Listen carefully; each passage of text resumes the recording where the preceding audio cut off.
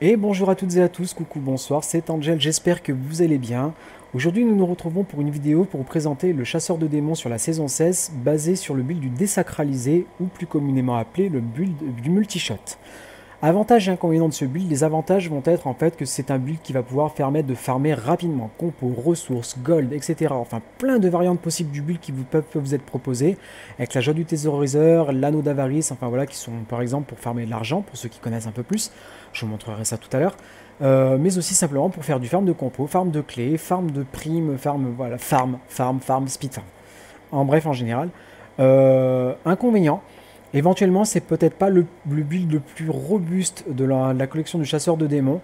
Il est vrai qu'il peut être un petit peu léger à ce niveau-là. Néanmoins, c'est un build qui reste agréable et fun à jouer que je vous invite particulièrement à découvrir à partir de maintenant si vous ne le connaissiez pas encore.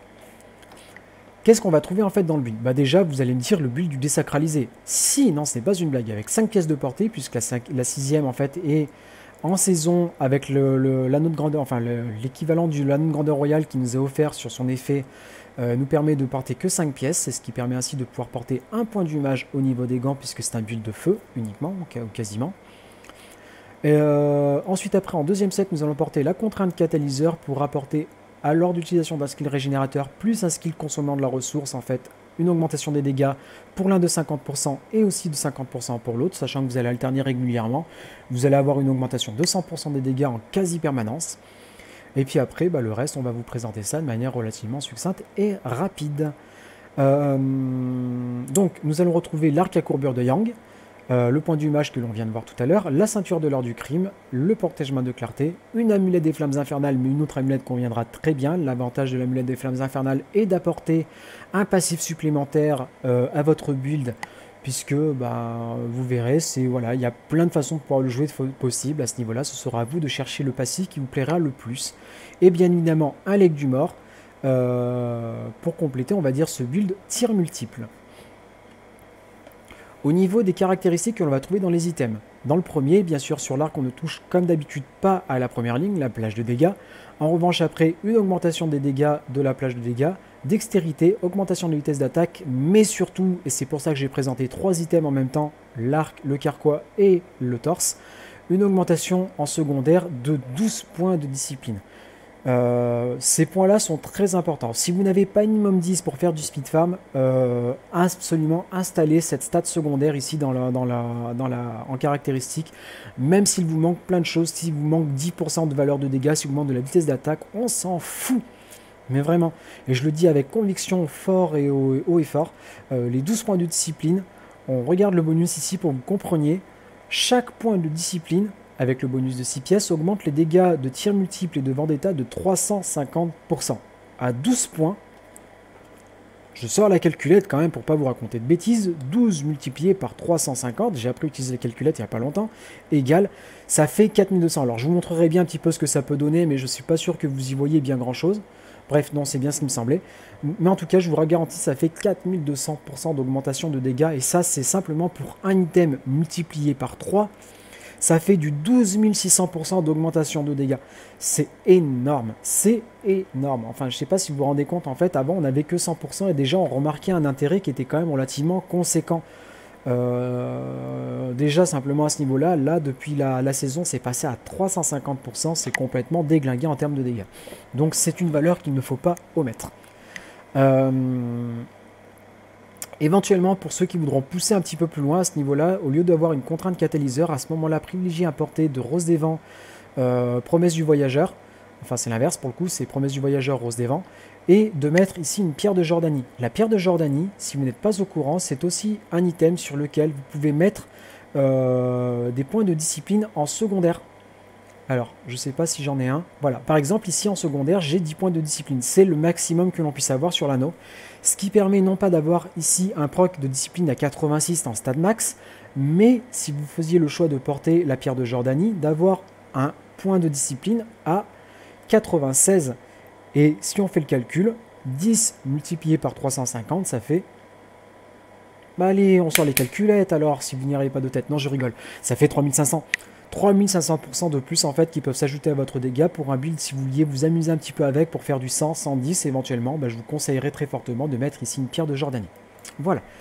Ça, c'était pour la petite particularité, une petite astuce après, si vous vouliez faire un build de push. On continue avec le reste. Donc, on n'oublie pas le carquois, 12 points de discipline. Le torse, 12 points de discipline. Si vous n'avez pas, on peut dire quasiment, si vous avez déjà au moins l'item une première fois, jetez. C'est pas grave. Attendez d'avoir l'item avec les 12 points de discipline, vous puissiez les mettre. C'est tellement important que ce serait dommage de passer à côté. Ensuite, après, pour le reste...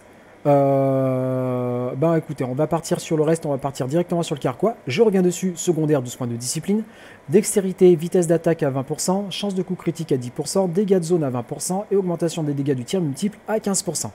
On passe sur la cuirasse, 12 points de discipline en secondaire, je reviens dessus, on n'oublie pas, c'est important. Dextérité et vitalité, 15 points de pourcentage en points de vie, et sinon, petite variation possible, si vous souhaitez un build de push, vous pouvez également jouer en 100 en plus avec une cuirasse à killing qui vous apportera à la place du 15% de points de vie, une réduction des dommages des élites de jusqu'à 11%. Voilà, à la place des 15% de points de vie. Et puis pour le reste, après, on va retourner sur quelque chose de plus classique, dextérité, vitalité, augmentation des résistances élémentaires, plus une augmentation de la compétence de tir multiple sur les bots. Le pantalon, dextérité, vitalité, résistance élémentaire. La ceinture, dextérité, vitalité, vitesse d'attaque, chance de coup critique. Le torse, bon, on l'a vu, on n'oublie pas, 12 points de discipline, 12, 12, 12. Le casque, dextérité, chance de coup critique, augmentation dégâts de tir multiple à 15%. Les épaulettes vont être l'un des seuls items sur lequel vous pourrez mettre des temps de recharge jusqu'à 8%. Dextérité, vitalité, alors là après plusieurs écoles. Certains vont mettre une augmentation en fait des dégâts de zone. Pour push, je vous conseillerais plutôt de mettre en fait une augmentation des résistances à tous les éléments. Plus intéressant. Plus après bien évidemment la réduction des temps de recharge de 7%. Le gant. Là, c'est pareil, deux écoles, vitesse d'attaque, dégâts des coups critiques, chance de coups critiques seront communs à tous les builds. En revanche, certains, à la place de la dextérité, vont mettre du dégât de zone. À vous de voir. Au niveau de l'amulette, je vous conseillerais très fortement de mettre vitesse d'attaque, dégâts des coups critiques, chance de coups critiques. Puisqu'on n'oublie pas ici que l'arc de courbure de Yang, c'est une augmentation de la vitesse d'attaque de tir multiple de 50%, plus la vitesse d'attaque après cumulée sur les autres items, ça vont avoir un impact très très important. Ensuite, après, là ici, catalyseur, ce serait la même base, on va dire, que la contrainte. Vitesse d'attaque, dégâts des coups critiques, chance de coups critiques. L'amulette, dégâts élémentaires de feu, puisque c'est un build de feu. Chance de coups critiques, dégâts des coups critiques, plus le cinquième passif en fonction de celui dont vous aurez besoin. On va voir ça juste après. Le brassard, dégâts élémentaires de feu. Dextérité, vitalité, chance de coups critiques. On n'oublie pas de vérifier une dernière fois quand on a les items, 12 points de discipline, 12 points de discipline, 12 points de discipline. Je reviens régulièrement dessus parce que souvent quand je regarde les builds, on me disait « Tu peux regarder mon build, je comprends pas, ça tape pas. » Voilà. Il manque les 12 points de discipline. Donc simplement, voilà. Et puis écoutez, je pense qu'on a fait le tour. On a vu un petit peu tout ce dont nous avons besoin de savoir. Au niveau du stuff et des gemmes, j'aime ici toute la ligne droite du diamant. Diamant, diamant, diamant dans le casque aussi pour la réduction des temps de recharge. Au niveau de l'arme, une émeraude pour augmenter les dégâts de coups critiques de 130% sur l'arme. Ensuite après, au niveau des gemmes portées, build classique, fléau des accablés, perdu piégé, vengeance de Zei. Build pour farmer de l'argent. Moi généralement je fais sauter le fléau des accablés. Je mets à la place une joie de thésauriseur. Hop. Elle est là. Joie de thésauriseur pour avoir plus d'or. Que je vais compléter après avec un rayon de ramassage ici avec un anneau d'avarice.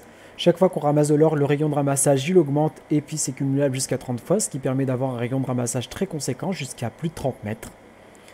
Après le reste pour le cube, ça va pas être compliqué. Rosé, réduction des temps de recharge de la Vendetta de 65%. Ensuite après, ici vous pouvez porter un brassard de Némésis pour un build entre guillemets speed farm si vous le souhaitez. Après, qu'est-ce que vous pourriez mettre d'autre? Vous pouvez mettre un pourpoint de cendre ou sinon pour build de push une cuirasse Aquiline aussi, c'est pas idiot. Voilà, à ce niveau-là, c'est ce que vous pouvez mettre. Et ensuite, au niveau de l'anneau, moi aussi j'aime bien jouer avec l'anneau de Zodiac en obsidienne. Pour un build speed farm, l'avantage, la Vendetta, le loup, la préparation en fait vont proc beaucoup plus régulièrement et vous n'aurez pas à vous inquiéter de leur temps de recharge. Sinon, en build speed farm, en build de farm plus classique, après soit vous mettez un désir irrésistible, c'est très intéressant de pouvoir avoir un proc supplémentaire de dégâts, ne se cumule pas avec celui du compagnon, il me semble, mais ce sera vérifié. Sinon, une conclave des éléments pour une augmentation de 200% d'un type de dégâts pendant 4 secondes, et ce, toutes les 12 secondes. Voilà. Et puis après, Bah écoutez, je pense qu'on a tout vu, hein. On va aller regarder le build un petit peu, comment il se joue. Alors là, vous allez voir, il n'y a rien de compliqué. Là, ici, vous mitraillez clic gauche, clic droit, clic droit. Vous mitraillez un clic gauche, deux clics droit. Enfin bref, ce sera à votre convenance. Et puis le reste, eh ben, ici, vous allez utiliser votre Vendetta. Le but est de l'avoir en permanence, d'être en permanence sous Vendetta. Vendetta, c'est ça. Et puis après, on va balancer le compagnon. Donc moi, soit le sanglier de compagnie pour un petit bonus en résistance, soit d'utiliser la chauve-souris qu'on va voir un petit peu plus tard quand je vais vous montrer un petit peu les skills, pour voir un petit peu comment ça se place de ce côté-là. Et puis après, bah, vous bombardez. Hop, voilà, tout simplement. Vous voyez, il n'y a rien de compliqué. Vous rebalancez la préparation de façon à garder une valeur la plus haute possible ici en discipline, et donc une valeur de dégâts conséquente. Et puis bah, l'avantage, c'est que pour farmer, bah, il est très intéressant, parce que vous voyez, vous avez quand même une très grosse marge, on va dire, de... Enfin, un rayon d'action quand même de la compétence qui est complètement démesuré, ce qui vous permet d'avoir une facilité de gameplay quand même très appréciable. Voilà, ça c'était pour le côté du gameplay. Donc Vendetta en permanence, ici pour pouvoir augmenter la discipline et repasser, ainsi maximiser les dégâts. Le compagnon après, selon le compagnon qu'on va utiliser, et ben, l'utiliser dès lors que nécessaire en fonction du compagnon choisi. Et puis voilà. Au niveau des compétences, tir de repli, repli offensif, ça reste très classique. Vous pouvez bien évidemment mettre d'autres, hein. Je sais que certains jouent avec le tir constrictor, enfin voilà. À vous de vous faire plaisir de ce côté-là. L'idée par contre, c'est d'essayer de garder une valeur haute au niveau de la régénération de la haine. Le tir multiple, arsenal, c'est ce qui rapportera le plus de dégâts et fera un proc de fusée nécessaire en plus intéressant. L'acrobatie avec la voltige, la préparation avec la rune coup de fouet augmente la discipline max, mais aussi lors de son utilisation va régénérer 30 points de discipline. Donc ça peut être quand même relativement intéressant. Regardez, c'est quasiment un tiers de votre discipline maximum, c'est quand même très important. La Vendetta avec la rune Furie, ça c'est pour la version, enfin ça c'est quelle que soit la version. Après, à vous de voir si vous voulez vous amuser à faire d'autres essais, mais on n'oublie pas que si vous souhaitez vraiment faire un build plus poussé, à ce moment-là, ce que vous pouvez faire, c'est mettre à ce moment-là dans le cube le visage de Gung à la place du Nemesis. Tout à l'heure, je vous ai parlé de la killing, mais c'est visage de Gung, pardon, qui vous permettra d'avoir en permanence en fait le proc de la rune de cœur noir, qui quant à elle va vous permettre d'avoir une réduction des dégâts subis de 50%. Et on conserve la rune Furie. Voilà.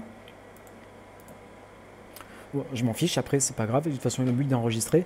Le compagnon, plusieurs choix s'offrent à vous.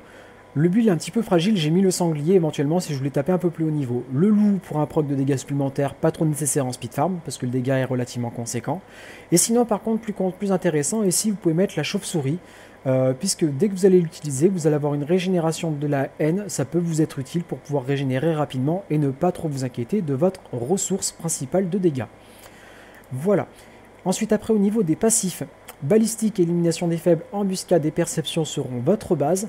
Si vous apportez l'anneau, la mulette des flammes infernales, à ce moment-là, privilégiez de combiner et d'apporter aussi le passif frisson de la chasse. Son intérêt, ça va être en fait de ralentir les ennemis dès lors que vous utiliserez un skill qui consomme de la haine, en l'occurrence notre tir multiple, et ainsi donc de proc en instant et tout le temps, en permanence, votre perte du piégé. Voilà. J'espère que ce build-là vous aidera, que vous avez apprécié son explication. N'oubliez pas, si vous ne connaissez pas, de faire un like, un follow sur ma chaîne YouTube, de venir poser vos questions soit sur ma chaîne YouTube, soit sur mon compte Twitch lors de mes lives. Les adresses seront dans le descriptif de la vidéo. Et puis si vous le souhaitez, vous pouvez bien aussi vous abonner à mon compte Twitter pour pouvoir être au courant de mes prochains uploads, de dernières nouveautés, de mes prochains lives, etc. en avance.